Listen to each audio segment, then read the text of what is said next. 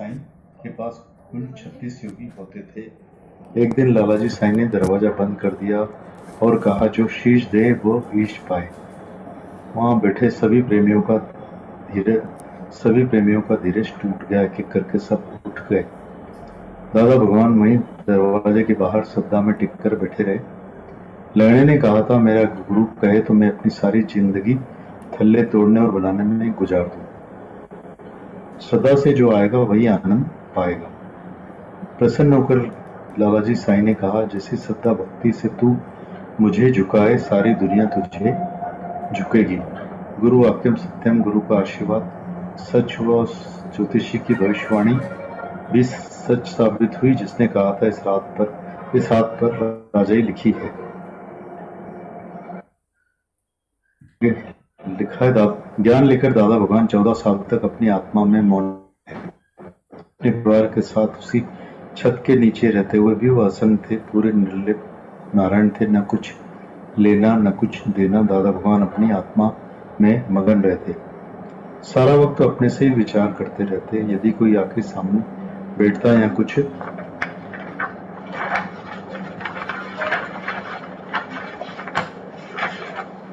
पूछता तो दादा भगवान उससे बात करके पुनः अपने में स्थित हो जाते थे। सारे जगत से उन्हें बेखबरी थी। बाद में जब उनसे कोई पूछता, दादा ज्ञान लेकर 14 साल तक मौन में क्यों रहे, तो मुस्कुराकर कहते, मुझे पिछले 14 दिनों की 14 मिनटों की बात याद नहीं, तो 14 साल पीछे की बात कैसे याद करूं। उन 14 और तब हर घट में उन्हें भगवान ही नजर आया। आहे अजी जी घड़ी सभागी मिंजी सुमेल सुरत पई जागी। दादा योगियों को कहते, तुम अपने सारे गम मुझे भेज दो। दादा भगवान की शक्ति और आनंद देखकर जिज्ञासु कहते, कोई जन्म से ज्ञानी बनकर पैदा नहीं होता, उसका अपना पुरुषार्थ और तपस्या फलीभूत होती है। हमने किया तुम भी कर सकते हो। मरे मंगन और मुक्त न हुए यह मुमकिन नहीं है। और दादा भगवान बताते थे कि पहले हम कहते थे कि माँ बाप ने नाम रखकर मुसीबत खड़ी कर दी है, जो महान नाम भूलता ही नहीं है।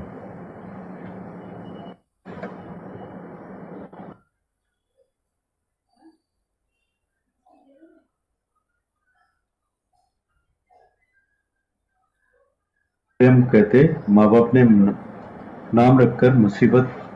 दादा भगवान योगियों को कहते, तुम अपने सारे गम मुझे भेज दो। दादा भगवान की शक्ति और आनंद देखकर जिज्ञासु कहते, कोई जन्म से ज्ञानी बनकर पैदा नहीं होता, उसका अपना पुरुषार्थ और तपस्या फलीभूत होती है। हमने किया तुम भी कर सकते हो। मरे मंगन और मुक्त न होए यह मुमकिन नहीं है। और दादा भगवान बताते थे कि हम कहते पहले माँ बाप ने नाम रखकर मुसीबत कर दी है, जो महान नाम भूलता नहीं है। अब तो खोजता हूं तो भी नहीं मिलता कि मैं कहाँ। फिर पढ़ते हैं, दादा भगवान योगियों को कहते, तुम अपने सारे गम मुझे भेज दो। दादा भगवान योगियों को कहते, तुम अपने सारे गम मुझे भेज दो। दादा भगवान की शक्ति और आनंद देखकर जिज्ञासु कहते, कोई जन्म से ज्ञानी बनकर पैदा नहीं होता, उसका अपना पुरुषार्थ और तपस्या फलीभूत होती है। दादा भगवान की शक्ति और आनंद देखकर जिज्ञासु कहते, कोई जन्म से ज्ञानी बनकर पैदा नहीं होता। दादा भगवान योगी को कहते, तुम अपने सारे गम मुझे भेज दो। दादा भगवान की शक्ति और आनंद देखकर जिज्ञासु कहते, कोई जन्म से ज्ञानी बनकर पैदा नहीं होता, उसका अपना पुरुषार्थ और तपस्या फलीभूत होती है। हमने किया तुम भी कर सकते हो। मरे मंगन और मुक्त न हो यह मुमकिन नहीं है।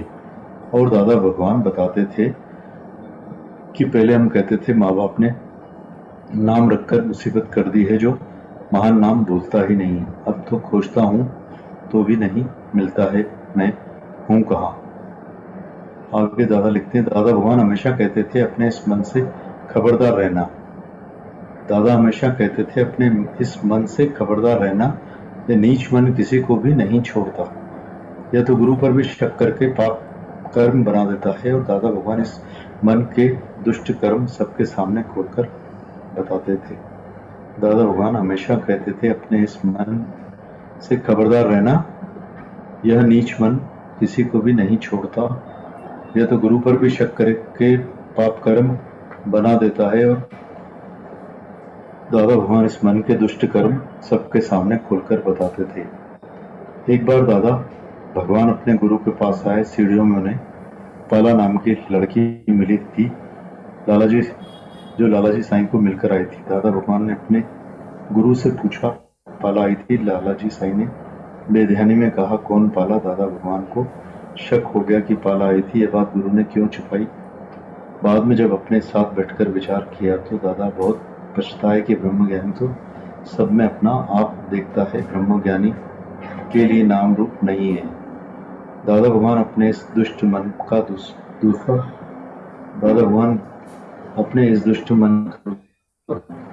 बताते थे। एक बार लालाजी साईं ने वाणी में कहा, तुम्हारा तन मन धन गुरु का है, जब तुम उसे खुशी से गुरु को अर्पण नहीं देते ज्ञान नहीं मिलेगा। एक बार लालाजी साईं ने वाणी में कहा, तुम्हारा तन मन धन गुरु का है, जब तुम इसे खुशी से गुरु को अर्पण नहीं कर देते तो ज्ञान नहीं मिलेगा।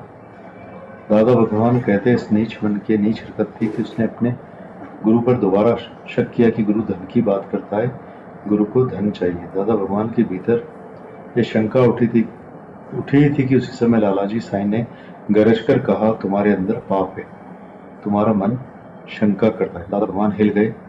गुरु के पास एक्सरे नजर है। भगवान का भाव पढ़ लिया। दादा भगवान को दृढ़ निश्चय हुआ कि मेरा गुरु सच्चा है। उनका हृदय आनंद से भर गया। दादा भगवान को सच्चे सतगुरु की तलाश थी और वो प्राप्त हो गया। मुझे भागन हायो अड़ो ठाड़ो ढारो मुखे, मुझी किस्मत जो खुली वयो सितारो, मुखे सतगुरु मिलो गुरु वारो।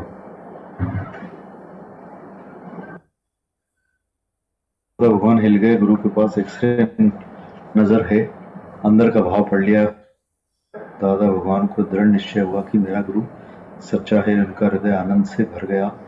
दादा भगवान को सच्चे सदगुरु की तलाश थी और वो प्राप्त हो गया। मुझे भागन हयो अड़ो ढारो मुखे सत, मुझी किस्मत जो खुली वयो सितारो, मुखे सदगुरु मिलो गुरु वारो। सारा दिन दादा के मुख में गुरु की महिमा और गुरु के शुक्राने ही रहते। वो कहते, ये मन ही था मुझे आज तक गुरु से दूर किया था। उसका सीधा सरल उपाय वह बताते, मन बेचे सतगुरु के पास। जो नुस्खा दादा भगवान ने खुद अपनाया था और लाभ प्राप्ति हुई थी, वह चाहते थे कि इधर उधर भटक कर हम अपना वक्त और शक्ति बर्बाद न करके सीधे रास्ते पर आ जाएं। मन मारन की औषधि सतगुरु देत बताए। वह कहते थे, तुम वही काम करो, वही बात करो जो तुम्हारे गुरु को पसंद है। दादा भगवान ने मुड़कर मिटकर मरकर हर तरीका अपनाकर अपने को गुरु की पसंदीदा का बनाकर गुरु को रिझा लिया था। दादा भगवान ने मुड़कर मिटकर मरकर हर तरीका अपनाकर अपने गुरु को अपनी पसंदीदा का बनाकर गुरु को रिझा लिया था। दादा भगवान कहते, गुरु रिझे तो बेड़ा पार है, गुरु तुम्हारी श्रद्धा देखता है। दादा भगवान कहते, गुरु रिझे तो बेड़ा पार है, गुरु तुम्हारी श्रद्धा देखता है, उसे और कुछ नहीं चाहिए। तुम श्रद्धा से गुरु को रिझाओ, गुरु के साथ मिलकर गुरु का रूप हो जाओ। मुश्किल बात नहीं है, गुरु तो पुकार कर बुला रहा है, देर तुम्हारी अपनी है। तुम श्रद्धा से गुरु को रिझाओ, गुरु रिझे तो बेड़ा पार है, गुरु तुम्हारी श्रद्धा देखता है, उसे और कुछ नहीं चाहिए। गुरु के साथ मिलकर गुरु का रूप हो जाओ, मुश्किल बात नहीं है। गुरु तो पुकार कर बुला रहा है, देर तुम्हारी अपनी है। आओ मेरी नैया में ले जाऊंगा भव पार, आओ मेरी नैया में ले जाऊंगा भव पार।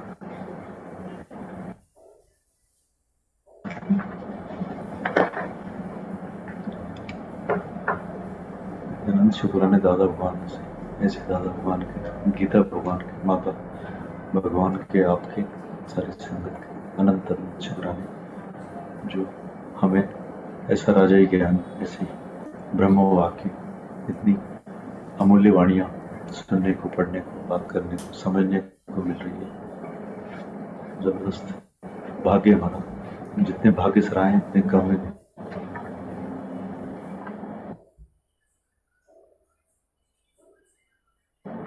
जाने कि गुरु हमको क्या समझाना चाहता है, पहचाने अपने को कि हमसे जो गुरु इतनी मेहनत कर रहा है, इस समय से ज़्यादा भगवान का ऐसा आदर्श रहा है, जो भी सुन रहे हैं, समझ रहे हैं, किक के साथ इतनी मेहनत, इतनी करुणा, इतना मर के मिट के जीना, गुरु वाक्यम सत्यम करना, गुरु को कैसे भी करके रिझाया कि गुरु की पसंदगी का बने वो। और हम लोगों को भी भाग्य मिला है, अपॉर्चुनिटी मिली है। गुरु को हमसे कुछ भी नहीं चाहिए, पानी की गिलास की अपेक्षा भी हमसे नहीं रखता है। पर गुरु रिझते हैं तो हम रिझ पाते हैं, हमारा काम उतर पाता है। गुरु को रिझाने से ही हमारा मन रिझ पाता है। पहले मन जो चौतरफा लगा रहता है, वो साकार गुरु में हम लोग जो फोकस करते हैं, तो वहाँ फिर गुरु अपने में टिकाकर अपने आप में, स्वयं में, हम लोगों में, स्वयं में हर एक को खड़ा कर देता है। तो गुरु की मेहनत हो रही है, उनकी मेहनत को सफल करें, हम सार्थक करें अपना सब जीवन। जहाँ भी आज भी जो भी मेहनत शुरू से हुई है, हो रही है, चौतरफा हो रही है, चारों तरफ हो रही है, सहभागिता बढ़ाएं अपनी, गुरु का कार्य सरल करें, गुरु को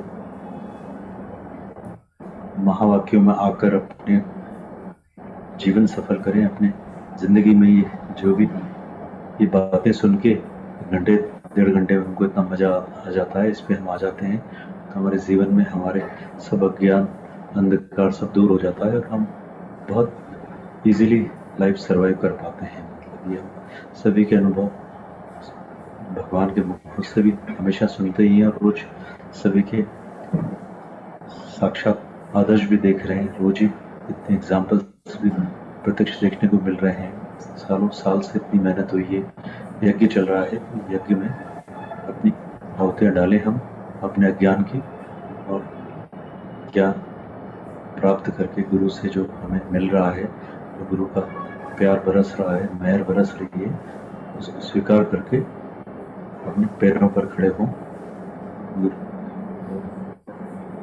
को निश्चिंत करें। हर कोई अपने पैरों पर खड़े हो, सांसों की कदर करें, महिमा सार्थक करें।